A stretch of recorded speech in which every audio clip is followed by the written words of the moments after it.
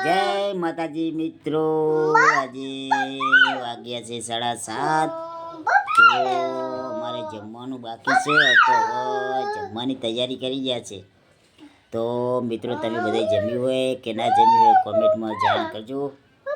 અને મિત્રો, જેટલો બને એટલો આજનો બ્લોગ અમારો તમે શેર કરજો, સપોર્ટ કરવાનું ના ભૂલતા. અને મિત્રો, અમારું ઘર છે અને જો આમાં કાઉ જુઓ, અમારી નાની નાની કાઉ છે. મિત્રોને ટાટા કરી દે. ટાટા. કેમ છો બધા મિત્રો? કહી દે.